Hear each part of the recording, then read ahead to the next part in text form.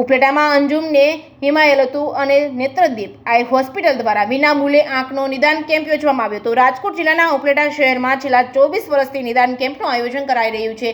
અંજુમ હિમાયતુલ દ્વારા ઉપલેટા શહેર તેમજ તાલુકાના તમામ આંખના દર્દીઓ માટે નેત્ર નિદાન કેમ્પ આઈ હોસ્પિટલના સહયોગથી વિનામૂલ્યે નિદાન કેમ્પનું આયોજન કરવામાં આવ્યું હતું। આ સંસ્થા દ્વારા રાજકોટથી ડૉક્ટર સાપડિયા સાહેબની ટીમ દ્વારા ફ્રીમાં નિદાન નહીં પણ સાથે ફ્રીમાં દર્દીઓને આંખના ઓપરેશન, મોતિયો તેમજ છારી ઓપરેશન જેવી તમામ સુવિધાઓ સાથે દર્દીઓને આવવા જવાની સુવિધા અને રહેવાની સુવિધા પૂરી પાડવામાં આવી હતી।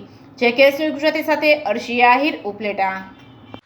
હું નાસિર સત્તાર બગસરાવાળા અંજુમન હિમાયતુલ ઇસ્લામના ટ્રસ્ટી।